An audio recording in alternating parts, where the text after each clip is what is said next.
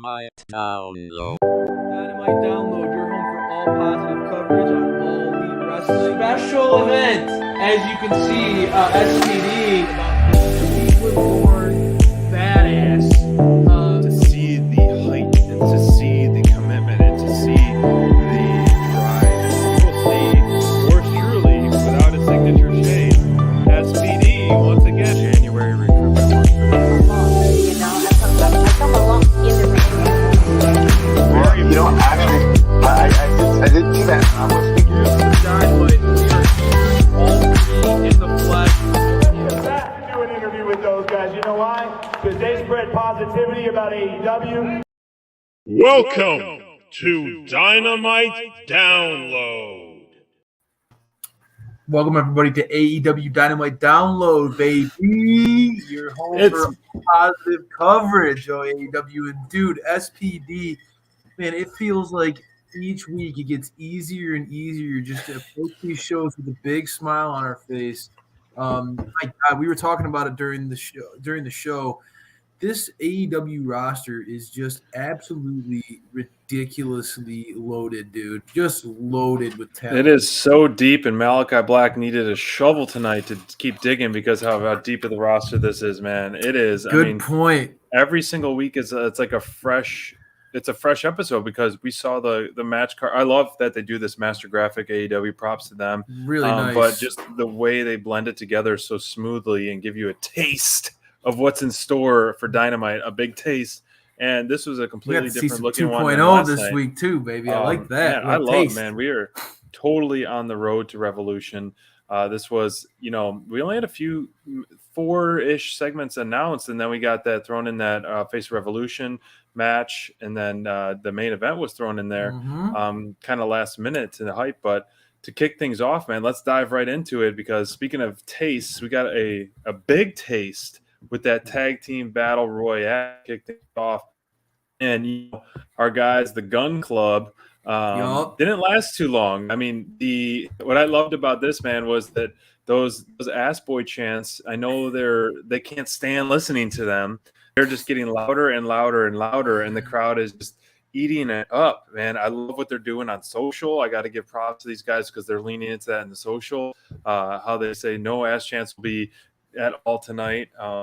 But even though their run was short and sweet in this match, I still think it was they're still near the top of that tag division. And just looking at this graphic, man, this depth of the tag division, as you said, man, it is the resurgence of the tag division is here, and we saw it tonight. I had a feeling that this would be the year of the tag division. Like we talked about all throughout last year, it felt like AEW recognized the women's division needed a surge. Sure. With how limited TV time they have, there's only so much they can put out there. But this is a great format to showcase the talent in this division. And what was great too, SPD, is great graphic there. We have to see old school mainstays of this division. The Butcher and the Blade. Butch looked fantastic in this match. It was powerhouse, Butch, baby. Yes, sir. Santana Ortiz, the Bucks. You get to see some of those old school mainstays. If you're an AEW diehard, rooting for some of those underappreciated talents sometimes, like we talked about with Butcher and Blade. It was great seeing Alex Reynolds and John Silver. Silver really had a great showing tonight. But then we got to see the new talent. Red Dragon coming out on top in this one. Really an awesome all-around performance. A lot going on. I liked how this one played out too, where in typical battle royale fashion, it's all about having who has the leverage, who has the advantage, right? But it was really great to see at the end, you had representatives from Silver and Reynolds, you had Santana from Santana Ortiz, you had Trent from Best Friends, you had Matt Jackson, and it just goes on and on. We had at the end, it felt like the last 8 competitors. It was representative from each team, and I really liked that. I thought that it was a very smart story in this match. You mentioned a couple guys that really stood out to me, which was Trent and John Silver. I know the deeper storyline was going to be revolving around the super elite ultimately, which Yes. reading between the lines. But to me, I feel like Trent is getting this big push as of late. I mean, he's been featured on TV a lot. He's had some high profile matches, both singles and tag matches. And tonight, I think he was one of the more courses of this battle royal. He seemed like to have a target on his back, and I love seeing this side of Trent, this push of him. I mean, he deserves it. As we've said before, he is the workhorse of the best friends. Exactly right. And honestly keeps the coal burning in the best friends for all of us. And then same for John Silver. And I think like anytime he gets the chance to shine, he blinds the world, man. He's there, and he's a light, and it was cool. He My was wife, so when over. she was watching the show with me at the beginning, and she was like, "Hey, didn't you interview that guy?" I was like, "Yes, we did. We had a couple moments in this show tonight where we could say, yeah, we interviewed that guy too, and that guy." And this one really tomorrow. Cool. And one of the and I told her, "Hey, we get to interview this guy tomorrow." So got a there lot he of goes great over the top stuff. rope. It didn't last long for our guy Austin, but yeah, man. No, I hear you. I thought the showcases for the workhorses, we talked about that, right? Dax was the representative for FTR. Yeah. Workhorseman of the Pinnacle. We've been saying that all year. John Silver, the way his pinball offense, how much we love Johnny Hungy and his work ethic and how that motor on that guy. Trent, we talked about that guy as, like you said, the workhorse of the best friend, the guy who really feels like the difference maker in that group. I feel like Santana from Santana Ortiz emerged as the representative from that group. I feel like you could go on and on and on. Yeah. And to me, when Kyle O'Reilly debuted, I tried to tell you right when that happened, I said, SPD, this is a guy to keep your eye on. His offense, you're right. His offense fits your bill, like as far as what you dig, dude. He's phenomenal at kicks and strikes. His striking offense is as good as anybody in the game. You're and right. one of the things that I love that puts him over the top, but I know that you're a sucker for it too, man, the guy's facial expressions are incredible. That post-match where he was being held up by Adam Cole and Bobby Fish after taking a beating post-match by that buckshot lariat by Hangman, the selling, that's one of the things we love about Austin.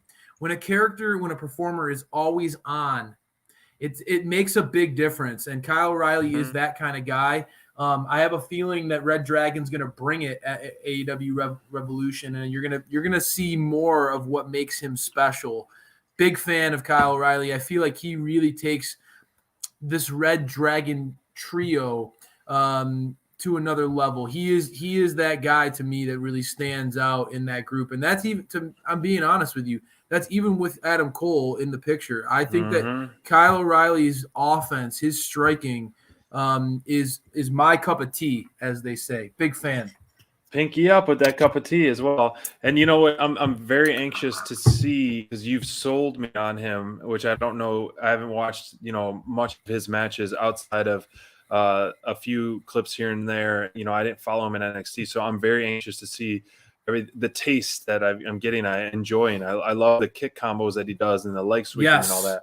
And so I think that I am all in, sold on this inner turmoil of the super elite and how Hangman is starting to tie into the fact. And we saw it tonight. Hangman Adam Page came out to, was it just to avenge the Red Dragon? Was it to kind of come to the aid of his ex-best friends in the Young Bucks? And, I'll say it once, I'll say it again. I felt like the super elite breaking up is very compelling if you have that another leader of joining the Young Bucks, and we're seeing that kind of emerge. I thought it maybe would be a re-emerging Kenny Omega, turning babyface with the Young Bucks, kind of resurging that. But Hangman kind of reuniting with the Young Bucks potentially to face Red Dragon and Adam Cole, which Adam Cole, his storyline is he's so torn. I mean, if you watch BTE, this stuff is absolutely gold with him and John Silver, which they're going to see next week. They're going to see Adam Cole going against his buddies, Budge and John Silver, which they've been doing a lot of snuggling in the bed.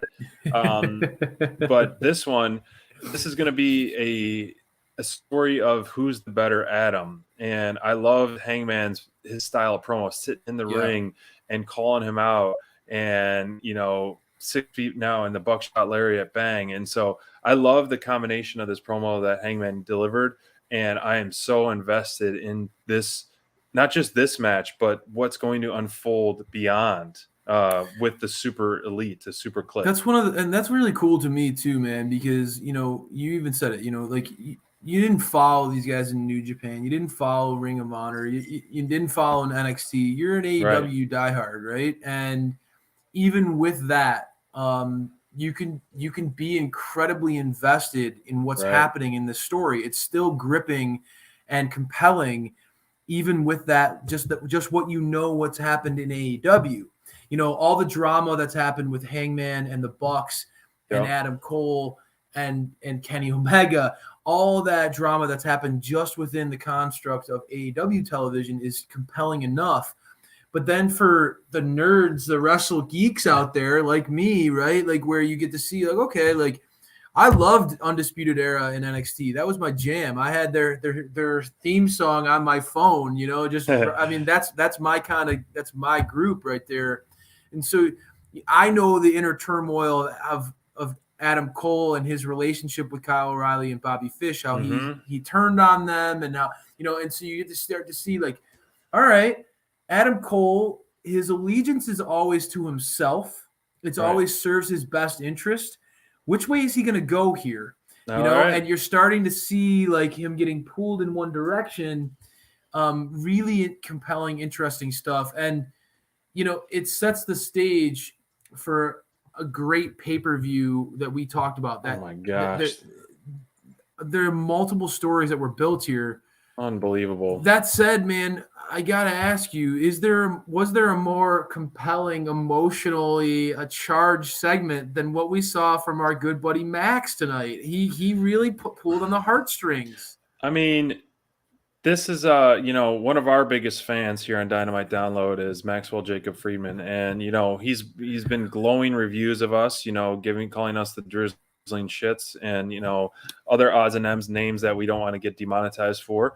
But as one of our supporters, we always have to talk about MJF, and we have to give him props for his due. But I'm not buying into any of this. You didn't buy in? The human emotion obviously wants to feel sorry for someone, but this guy is playing the biggest possum, acting all sad and boo-hoo, woo-hoo. The crowd should have chanted, shut the F up. Getting bullied turns into the biggest bully on the block. Right. It doesn't two wrongs don't make a right? Good point, so SPD. I'm calling possum. I'm calling all smoke and mirrors. You can never trust this guy. Cody reference. I like it. You can never trust MJF. I don't even care. And he even shed a tear for us on Dynamite. Boo, hoo, hoo. Here's a tissue. And MJF and CM Punk went kind of face to face, and he was asking if it was true. You can see it was true. And he's walking away with his tail tucked between his legs. I'm not trying to be not sensitive, but man, oh man, like he is playing us like a fiddle. This is MJF does, man. Yes. Right. And this story, I did enjoy his. I mean, the guy doesn't miss a beat.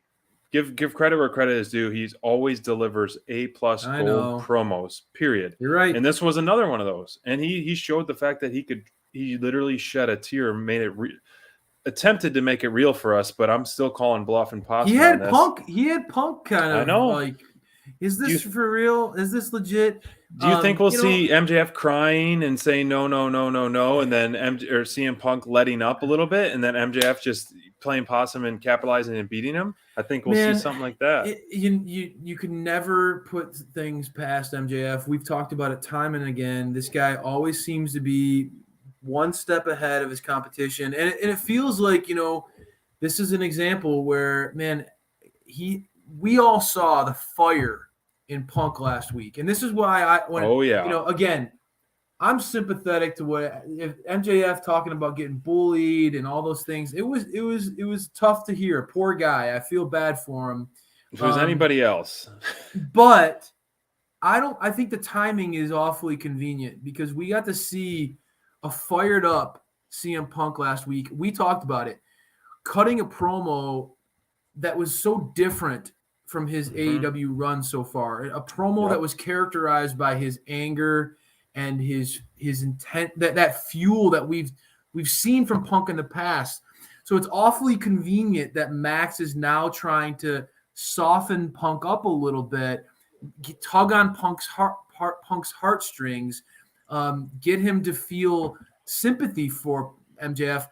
A week after we saw Punk literally bring out a dog collar and talk about how he wants to paint Max's blood all over the canvas, right? This is an example of MJF trying to outsmart his competition here.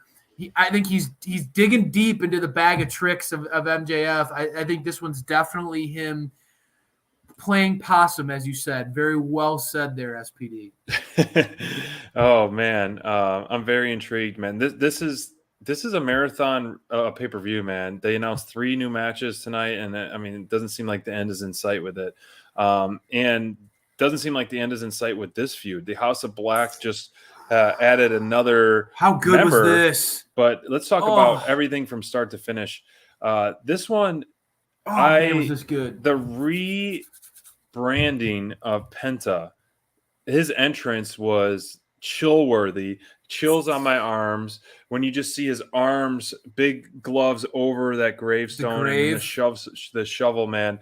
I love Penta's this dark side gimmick and everything we're seeing out of him. I mean, he's already been one of my favorites and just such a charismatic, showman in the ring. But this more aggressive dark side, it's going to be a lot of fun. And we just need Ray to get healthy, and for us to have a 3-on-3 battle with the House of Black and the Death Triangle. Does it get better than that 3-on-3? Does it? It doesn't get much better than that 3-on-3.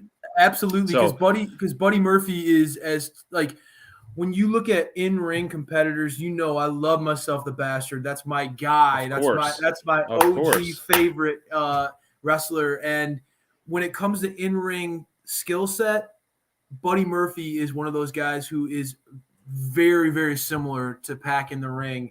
I can't wait. Dude, this is gonna be a bonkers feud. If you love yourself some pro wrestling, dial into AEW right now, because the House of Black going against the Death Triangle is gonna be one of those where you just talked about it. The theatrics of Penta's entrance. We didn't even talk about the House of Black's entrance, which is like one of the more compelling, spooky, eerie entrances in wrestling. Just these guys know how to do it all. From the theatrics to the in-ring competition, it's just a perfect setup. And I kind of like how they played the Bastard as the one who could go toe-to-toe with Brody. Sure. Because we've seen what Pac can do in the ring. I liked that. I liked that little back and forth they had. And I don't know about you, I was so pumped to see the Death Triangle, to see Penta and Pac get the win tonight. I was even worried. Though it was a roll up, and I'm anti roll up. I liked how it was done. I'll give blocking the miss that was we've cool. seen Come Malachi on. use so much and affect people so much. Obviously, blinded Pac for months, but it protects both teams. It gave us a win by Pac and Penta, who, to me, I think out-wrestled them last time they fought, and I think they should have got the win. But then it also negates that loss, and they still stand strong. So with that debut of Buddy Matthews. So Buddy Murphy. Buddy Murphy. I don't know if he's going by Buddy Matthews in AEW, but Buddy Murphy was what he was over as in his previous life, and his in-ring work is second to none, dude. You're gonna love this guy. I can't wait. That guy is huge. Yeah, he's in incredible shape.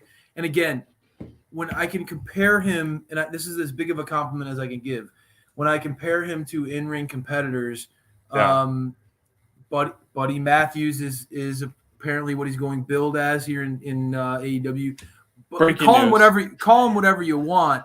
When I compare his in-ring styles, this is as big of a compliment as I can give you. It is so much like Pac. If you throw these two in the ring together, bro, you're gonna see some classics. Really, really talented dude. Huge get for Malachi. I like where they're headed with this, and like you said, Death Triangle versus House of Black. Sign me up, bro. Right. This is gonna lead to some great stuff. Can't wait. I mean, just the physical build of Buddy, and then you have like this Jack guy it's very similar build to like Pac, and I can't wait to see that toe to toe. And then Brody King's like, I think he stood out more this week than the last match they had together. Just like his awesome power and just his look and his like, Agreed. The gate. I don't want to say gatekeeper, but he is like that big guard standing at the door, which we saw him standing on the ramp, just dismantling the security guards while the rest of the House of Black went to work. Man, I love how fantastic storytelling. Yeah, I love how you brought up Penta too, man. Obviously, his new reincarnation is a whole nother level. And as a guy, and this came out, my love for Lucha Underground. I've professed that, especially when we talked to Brian Cage. Yeah, I love Lucha Underground, and dude, Penta, the dark side of Penta. I'm telling you. He's already physical and tough. Don't push this guy too far, because this is a man who loves to hurt people. Breaking arms is a passion of his. So I have a feeling that the House of Black have awoken a demon inside of him that's going to come out, and I don't know if they're ready for what they just bit off, man. This is going to lead to some awesome stuff. That post-match beatdown with Buddy, just the stomp into the chair. Absolutely brutal, and you know that they're going to want revenge. All rise for the House of Black, because they're going to take AEW by storm. Man, I'll let you lead into this one, because I know we both, I'm a Jericho guy. I'm a Jericho-holic. Oh yeah. And he's done some controversial stuff and different directions, but I have always been a fan of him. And ever in AEW, he has never lost any steam to me, and continuing to just keep it fresh. And tonight was another one of those nights that is one that you should remember for a while.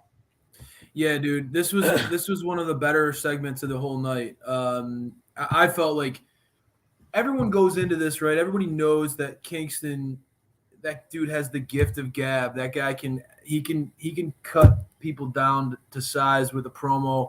We've talked about it over and over again. This guy's passion, his authenticity in promos is very compelling. Right. But to me, Chris Jericho, all I can say is I was blown away by this version of Jericho. He came out and he looks fired up, dude. He looks better in shape. He looks better than he's looked in a long time. Yep. And on the mic, dude, I said it on Twitter, man. It felt like he absolutely gutted Kingston in the ring tonight. Again, all mad respect to Eddie. He came back at the end. He was able to counter Jericho and kind of gain that momentum back on his side. But I was absolutely blown away by what Jericho was able to pull off tonight. This dude pulled no punches. He called Kingston out, and some of the content, dude, like basically you look like a jobber. I had no idea who you were. You can't win the big one. I mean, Jericho, and to his point, Jericho was touring the world, winning championships in his 20s, and Kingston got his big break nearly 40. Right. Their career trajectories couldn't have been any different, right? You're and right. I thought that Jericho was going hard at Kingston tonight. It felt like there was some extra fire in his belly. You're a Jericho-holic. What'd you think, man? I agree. What really stood out to me was the fact that Jericho kept it so cool and consistent and clear. Like, he was trying to deliver a message. And, I find this, I'm a big Eddie Kingston fan. I love his story. I love his, not the typical wrestler that you're used to, but clearly the fans are over for him and love him as well. But sometimes, this may be an unpopular opinion, but I feel like Eddie Kingston could be a little too hot-headed, just a little bit too hot-headed, where the fact that the segment sometimes can go off the rails. I feel like because he's so passionate and fire driven that sometimes he doesn't let his opponents or his counter get the counters in. And tonight Jericho handled that so well. He was letting Eddie talk, and then you could see Eddie wanting to interrupt. I don't know if they muted his mic or what happened, but you can see he was trying to get that word in. And I feel like so often in those Eddie Kingston promos, he will cut off his counterparts and to trump those Yes. points. And tonight Jericho was none of it. None of it. And he proved, and he said it's not Hangman, it's not Kenny, it's not the Young Bucks. He is the big one of the company. And the more and more and more we're getting this feud and this clash, I can't believe Jericho is going to put over Eddie Kingston. This is like the ultimate like pat on the back, because I feel like I completely agree that Eddie Kingston is going to win. And Eddie Kingston calling out, he wants the championship Jericho. He wants this Jericho, this Jericho, this Jericho. And I really think Jericho is at a point of his career where, the loss won't hurt him, but for him to be selfless, to catapult Eddie Kingston to that next level, even though he's so over, it's going to be a really selfless act for Jericho. And I think like he's all for that. I mean, he's the influencer, the demo god. He's done it all. And for him to pay it forward to someone like Eddie Kingston, who has, worked those bingo halls nonstop, has had that struggle. I think, I feel like the smart AEW fans will see what Jericho's doing for him, and really appreciate that. And so it's really not that Eddie needs to get any more over than he already is, but I think this is just going to be such a huge notch on his belt, man. I can see where you're coming love from. I'm actually shocker here. I think Jericho's got a little heel vibes on this promo tonight. And rolling up his sleeves when he's leaving, and like I want to see more of this Jericho, and maybe at the pay-per-view Santana and Ortiz get involved, and maybe they play a role, because this whole feud really has been a lot about them. And right now they don't really have anything planned for the pay-per-view. That we saw them in the tag team battle royal tonight. They weren't able to pull out the W's. So I'd be intrigued to see how they play into this matchup. I'm actually pulling for Jericho to win this one. I think that Kingston's the same type of way. Kingston, we've seen, he can't win the big one. He's still been able to persevere and still maintain being relevant, being incredibly over with the fans. Yep. I get where you're coming from. Jericho doesn't feel like he needs this win. He could put Eddie over in a huge way in a professional stage. Yep. But there's also something about me where I'm thinking, and maybe I'm crazy here, but I love this iteration of Jericho. I would love to see him get a catapult, him to get pushed again. I'd love to see one last ride for Jericho. I mean, I don't know. I mean, to me, I'd love to see this version of Jericho really get a push one more time to get that big run before he retires. I don't know, man. I think that even in the new AEW, even in this landscape of giant stars, that's a good point. This Jericho could go toe to toe with anybody. This Jericho could cut a promo battle with Punk, MJF. He could have a promo battle with anybody.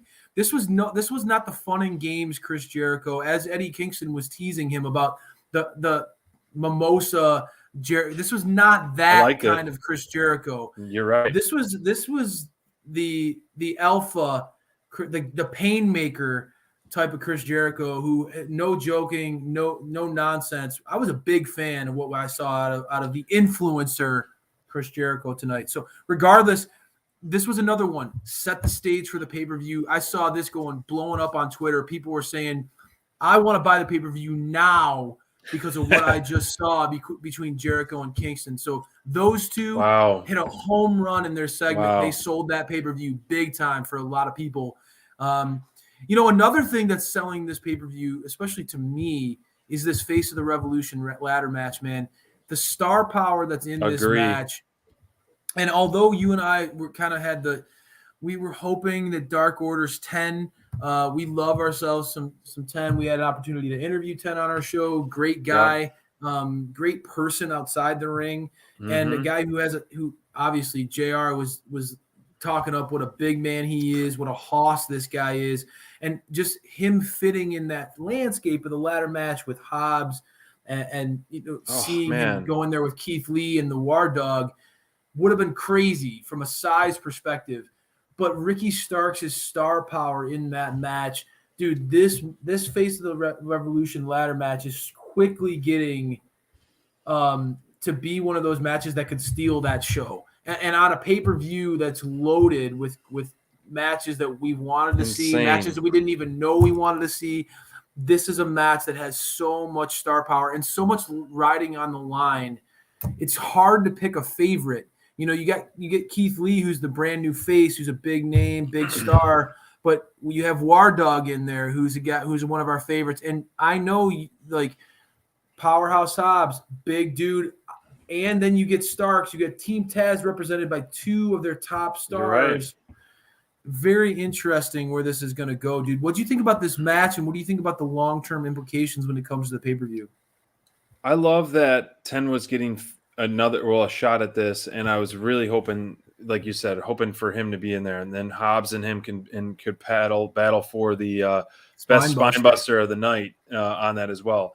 And I've seen a lot of growth in 10's in-ring work as of late as well. So, leaning into the crowd, I love that he's adding that delayed suplex. I mean, he did that on Adam Cole. He did it at Ricky Starks. I mean, his match against Adam Cole on Rampage was fantastic, in my opinion. I think it was one of his better singles matches, and one that I felt like he really should have won. I mean, he out-wrestled him. He outpowered him. And then this was a surprise ending. I honestly thought that 10 had Starks ready, man. I thought he was going to win. And then Starks, pulling on the mask and then gets that spear for the win. I felt like this was kind of a bad spot of the card because it felt rushed. This segment from Jericho and Kingston, while it was our favorite segment of the night, it went long. So I felt like this is where they had to cut it a little bit. And so to me, I felt like this match was a little rushed. I mean, he had a marathon match against Adam Cole. To me, he should have had a little bit longer match with this one. Where they're going with the Face of Revolution, we saw in another announcement, Orange Cassidy versus Anthony Bowens. Everybody loves the Acclaimed. Let's see some representation because Max Caster was in it last time, and so now we should see Anthony Bowens. I would love to see that. You've been really talk about loving another yourself Haas with Bowens lately, dude. Another Haas battle as well. You're right. So another big man. I know you need a couple baby faces though. But I really hope that. I mean, Bowens beating Orange Cassidy in a one-on-one match would be one of his bigger victories. Absolutely. So I feel like, I mean, you're right though. Babyface, star power, they could inject that match and Orange Cassidy would work well in that format. I think, like imagine him going toe to toe with a Keith Lee. Keith Lee. Think about how far Keith Lee could launch him. Oh my gosh. Just there's a lot of potential there. And Orange Cassidy is one of the bigger stars in this company, even just from a live crowd. You talk about it all the time. Live crowds eat him up. So you throw him in a match like this, he's getting more and more over every week. But I hear you though, man. I mean, Bowens has been. You've been saying it. He's been quietly, even though Platinum Max gets all the love and all the attention for being hilarious and creative on the mic. Bowens is really starting to stand out in a good way for the Acclaim. Mm-hmm. So that's going to be a good matchup, man. Can't go wrong with either one. Another like this match, I felt like you couldn't go wrong either way. Starks or 10, either outcome would have been great for the pay-per-view, right? Yep, agree. And both ones for that. And so I'm wondering, did they announce it's going to be 6 contenders? And so we have our 5th being added and then potentially one more. I mean, we're on the road to Revolution. Revolution is 13 days away, or I don't know, I remember exact, but very, very soon. So it's in 2 weekends. So not too far away. And we got that match starting to shape up, which hopefully will be shaped up by the end of Rampage next week or Dynamite. And then now that we're match has me pumped, dude. Yeah, I think that one. I can't wait for our preview show. It's going to be a lot of fun. It's going to be a lot of fun.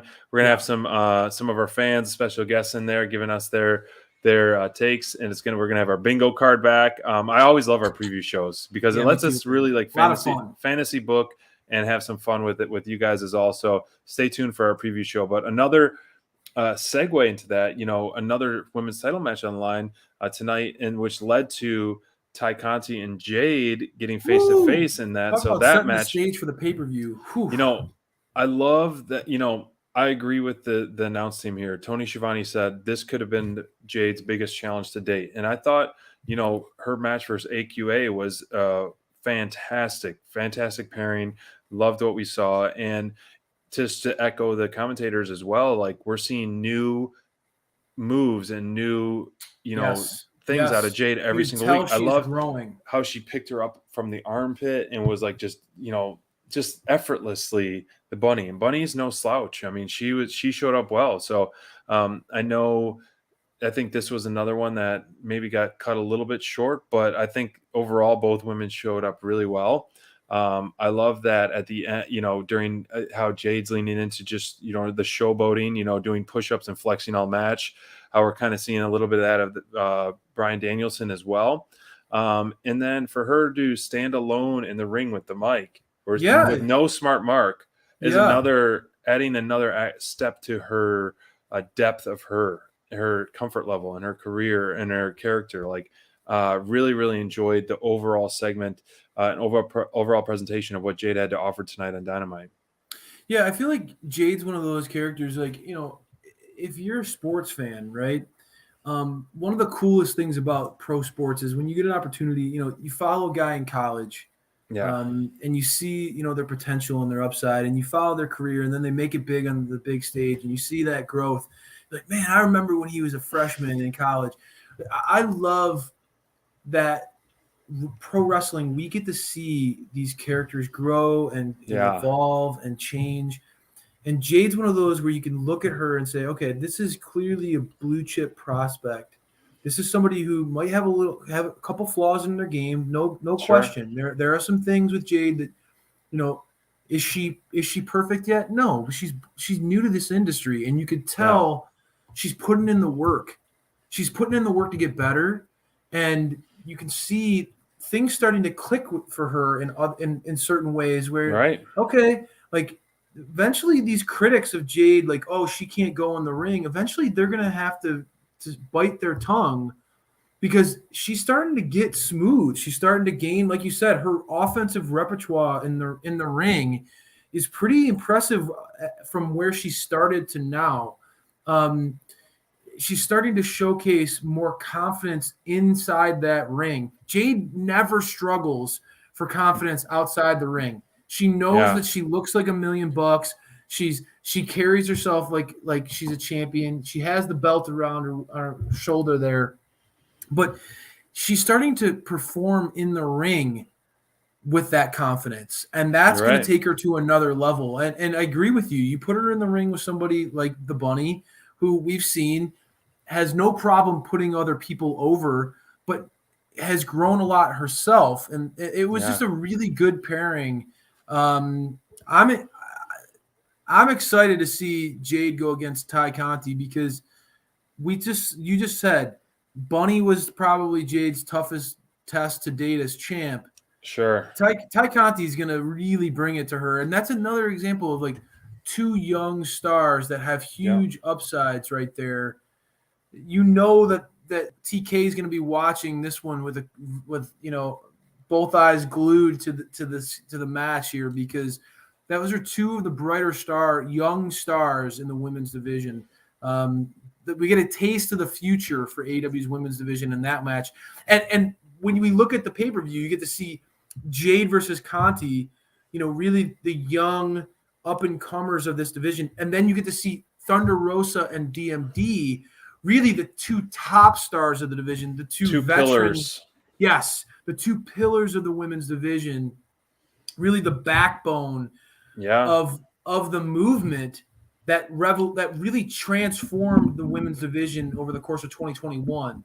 It was the work of those two women that transformed that division. So we get to see that those two things juxtaposed off each other, and I really like that. I love the established rivalry the veteran, the hatred that Thunder and Britt have for each other. Oh, and it's then so good. this one where it's like, okay, this could be a feud. This could be something between these two because we saw Ty was fired up, man. So really big fan. I think that the women's division, although we didn't get this, we aren't going to see a ton of matches at the pay-per-view. We're going to get some real quality at Revolution. Yeah, and I'm sure Deeb will somehow be featured maybe in the buy-in or in other sense. But like I said, man, the overall package, the overall presentation of what Jade had to offer tonight, from her in-ring stuff to her power, and then that, short promo, but what we saw after, she was my top performer of the night. And wow, Jericho is your top performer, and I picked Jade Cargill as my top performer of the night because I'm loving seeing the growth in her. And I'm loving seeing just the dominance and the showboating. Even as I'm a babyface SPD, I'm enjoying and I can appreciate what she's doing, and it's a lot of fun to watch. I love seeing Jade get a little bit of love for her growth and the work she's putting in. It's good to see her recognized because she could have easily rested on the fact that she looks like $1 million. She's like. She was clearly getting a push based off of that aesthetic. She's a unique talent in the women's division, just from a size and strength, physicality standpoint. But I agree with you. She's definitely growing. You just mentioned her starting to dabble in mic work. I had Jericho as my top performer because of that mic work. It's a rare thing where we here at Dynamite Download have a top performer that's not in a match. But when I think about this episode, I think about that Jericho promo. I honest to God, man, he absolutely was on fire tonight. I was blown away by what he was able to accomplish. A whole different side of Jericho. So I think both of us have unique picks. Unique New York. Shocking, given that we got to see Red Dragon pull off a big win tonight. And we had a main event that was just an absolute banger. I said it before the show, guys. If you are a fan of technical wrestling, if you are a fan of that back and forth struggle, the mat work, the technique, these two put on an absolute clinic. It was so good to see. And Daniel Garcia, Bryan Danielson said it best. There is that young Bryan Danielson vibe around Daniel Garcia, a guy who's no nonsense, who takes his in-ring work very seriously, who's very passionate about out wrestling his opponent. And these two guys just went back and forth. I love, and I know Bryan Danielson's probably your favorite wrestler of all time. He's up there. I know when we talk about Mount Rushmore, he's up there in that conversation. He's definitely showing a nasty side to him. This violence that he's been pushing, craving it. I love some of the. And again, we've seen a lot of violence in AEW. I mean, we've seen death matches. We've seen lights out, unsanctioned matches. We've seen it all. But when you have a guy like Bryan Danielson who has an opponent locked in a submission hold, and then just booting them in the face. Yeah. I mean, there's so many times where he has a guy locked in. He did it to Garcia tonight. Locked in a hold, and he's just kicking him in the face, and he's hitting him in the face. Yeah. It's just a different level of violence. The guy is he's on his game, dude. He looks as good physically as he's looked in a long time, and he's got that swagger about him where he's trying to prove a point. Got to be eating this up as a big BD fan, huh? Oh, absolutely, man. I think this was I'm liking how they set the stage for this match where it was promo, showing on another promo, then it's set for the main event. And the commentator team was hyping this match up insane, man. They were selling this match like it was, going out of stock. Could this be the match of the year? So highly anticipated. Oh my gosh, what a match. I mean, yes, it was a great match and one I was really looking forward to because Daniel Garcia is easily one of the more underrated in-ring performers in AEW. Young, and we are growing bigger and bigger fans of him every single week with what he's doing. And for him to get a main event spotlight was fantastic. Huge. And love the pairing with 2.0 that he gets, because he has these over the top eccentric, tag team giving us all a taste. And then he can just be this serious guy. Yes. But yes, the great technical wrestling that we got out of this match, the striking that was trading back and forth, the constant, submission to submission to submission, Yes. Fluid. trading submissions back and Oh. forth. And then for Danielson to do another flex pin or flex victory tap out was absolutely just another kind of like a spit in the face, but Salt just in to the show wound. how, he's just going through these young up and comers, just kind of like, yep, check them off the list. Another next victim, because this was, barely broke a sweat. But this one, well-deserved main event by Daniel Garcia, absolutely, hands down. I think I love the chop battles, and I love the kicks battles. This match definitely featured SPD's chop of the night for sure. Ooh, and so when back Penta's and on forth. the show, I know Penta's on the show, but I honestly, I agree. there was some good chops in the Battle Royal. Dax can throw a mean chop as well. Yes, So he definitely can. SPD's chop is the night. Did you love this main event like everyone else did? And then what the story happened after it? Yeah. Yeah. I'm a big Daniel Garcia believer. I think that he's one of the young guys on this roster. And again, easy to get lost in the shuffle when there's CM Punk and MJF and countless big names. Sure. But this is a kid who I see a ton of upside in. And for him to be able to go in the ring with Danielson, who I really think, let's remember, this was a guy when in his initial pitch to Moxley about teaming up, this was a guy that he mentioned. And there's a reason for that, because he's got that approach, like you said, the no nonsense vibe to him that really it stands out in a company that has a ton of over the top characters. A guy who just kind of focuses in on getting dirty and doing the work and the grind. I like that hustler vibe that Garcia a lot. And it really was like the best of the past or present going against the future. I think there's a little bit of a baton passing here, and not official, obviously. There's a long way to go for Danielson's career, and Garcia is still, I think, going to take some time to really age and fill into his role. Yeah.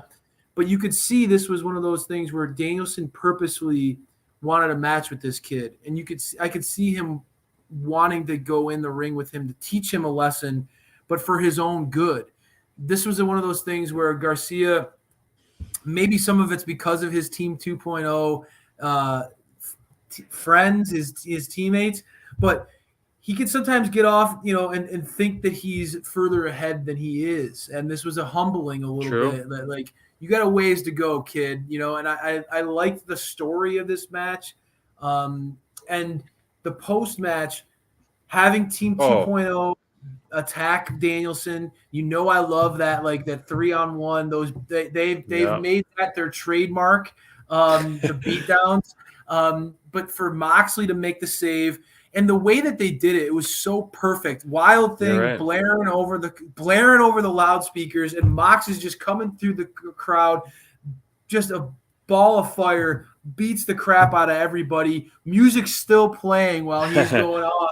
And that paradigm shift that he delivered to Garcia, it was like a pile driver. It was unbelievable. He lifted the dude straight up and dropped him on his freaking head. It was so great. Really amazing stuff. And dude, like, here's the thing. You got Moxley and Danielson at the pay-per-view going one-on-one, which is going to be a home run match. Mm-hmm. But there's still the dangling that carrot, buddy. They're still dangling that carrot of, will these two pair up? Will these two create that ultimate team that we saw a taste tonight? Mox made the save. Danielson then repaid the favor by grabbing the chair out of Garcia's hands, saving Mox from a chair shot. We got a taste of how great those two guys could be together. Really, like that alone. Another thing that AEW does so well is the layers of the story. You have so many things going on in this one now The stage is set. Mhm. Can Mox get the big win over Danielson, right? Can he be the guy? Can he finally check that one off of his bucket list, right? There's so I know much he here. hasn't been able to yet. He's So not been able to. I love the layers. I love the layers.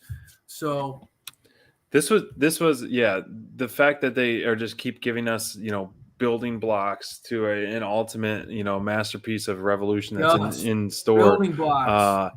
It's incredible, man. And it's one of those. Rampage is going to be another great episode. Can't which wait we're to talk to you excited about that one.